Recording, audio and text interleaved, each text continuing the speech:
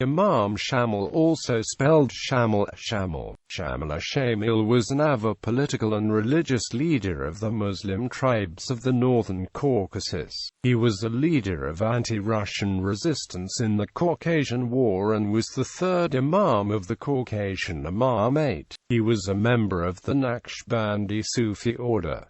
Family and early life. Imam Shamil was born in 1797 in the small village of Gyumri, which is in current-day Dagestan, Russia. He was originally named Ali, but following local tradition his name was changed when he became ill. His father, Denьer, was a free landlord, and this position allowed Shamil and his close friend Ghazi Mollah to study many subjects including Arabic and logic. Shamil established himself as a well-respected and educated man of Quran and Sunnah among other Muslims of the Caucasus. Shamil was born at a time when the Russian Empire was expanding into the territories of the Ottoman Empire and Persia and Russo-Turkish War. Following the Russian invasion, many Caucasian nations united in resistance to harsh Tsarist rule in what became known as the Caucasian War. Some of the earlier leaders of Caucasian resistance were Sheikh Mansour and Ghazi Mollah. Shamil was actually childhood friends with the Mollah and would become his disciple and counselor. Shamil's favorite wife, Anna Ivanovna Alikhanova, was an ethnic Armenian Christian from Mozdok who had been abducted as a teenager by Muslim rebels in the early 1840s. During her captivity, she converted to Islam and adopted the name Shuinet, remaining loyal to Shamil even after his capture and exile to Russia. After Shamil's death in 1871, she moved to the Ottoman Empire where she was assigned a pension from the Sultan.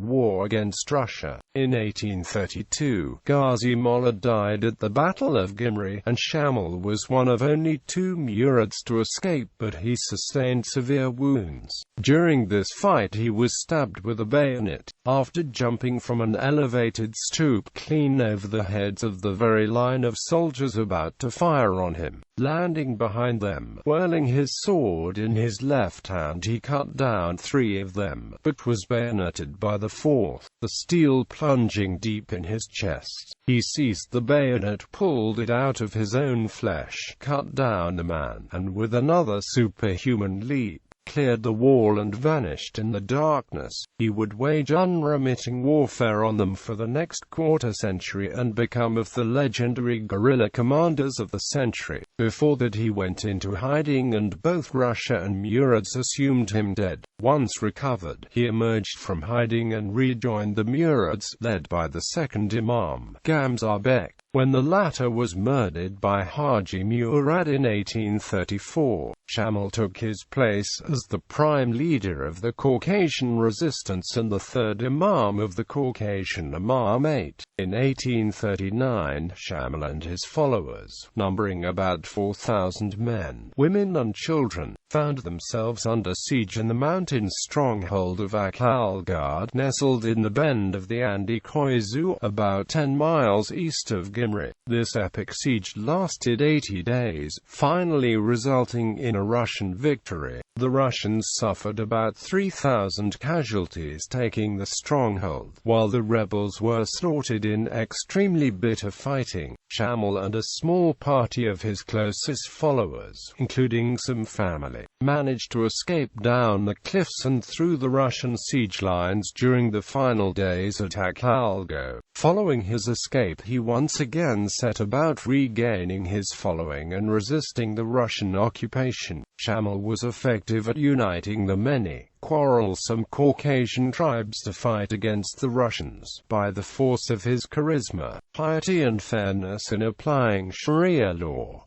One Russian source commented on him as a man of great tact and a subtle politician. Quote, "He believed the Russian introduction of alcohol in the area corrupted traditional values. He made effective use of guerrilla warfare tactics and the resistance continued under his leadership until 1859.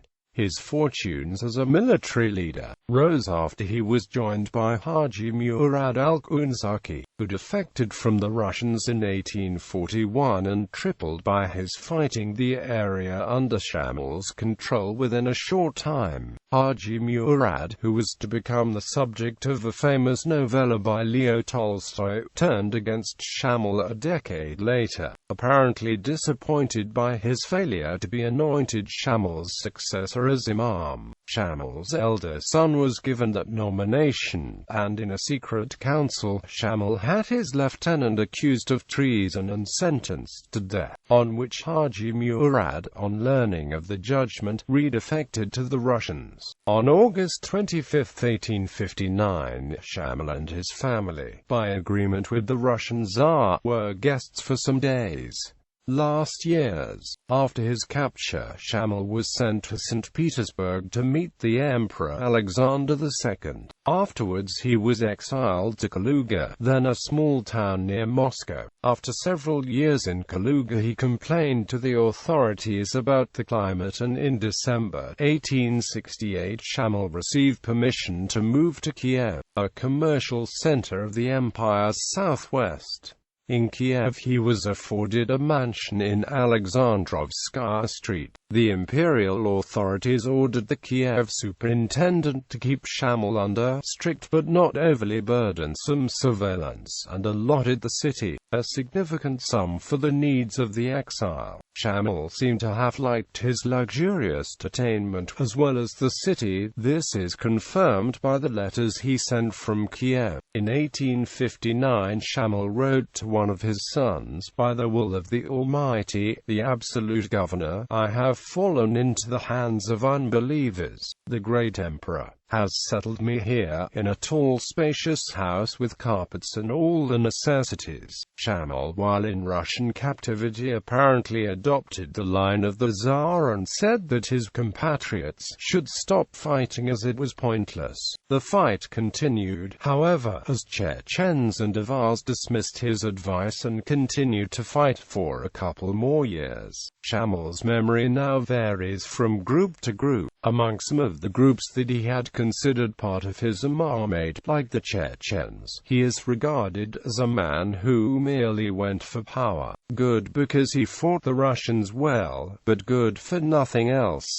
Many still admire him. The Chechen Mujahid Shamil Bashayev was named after him. In 1869 he was given permission to perform the Hajj to the holy city of Mecca. He traveled first from Kiev to Odessa and then sailed to Istanbul, where he was greeted by Ottoman Sultan Abdulaziz. He became a guest at the imperial Topkapi Palace for a short while and left Istanbul on a ship reserved for him by the Sultan. At Mecca, during the pilgrimage, he met and conversed with Abdulkader el-Jazairi. After completing his pilgrimage to Mecca, he died in Medina in 1871 while visiting the city, and was buried in the Janat al-Baqi, a historical graveyard in Medina where many prominent personalities from Islamic history are interred. Two elder sons, whom he had to leave in Russia in order to get permission to visit Mecca, became officers in the Russian army, while two younger sons served in the Turkish army, whilst the daughter Petmat Shamil went on to marry Sheikh Mansur Fedorov, an imam who later absconded from the Russian Empire out of fear for he and his children's life. He fathered 11 children, one being John Fedorov, who changed his name to John Fedorov after migrating to Childers in Queensland, Australia, where he established a sugarcane farming empire.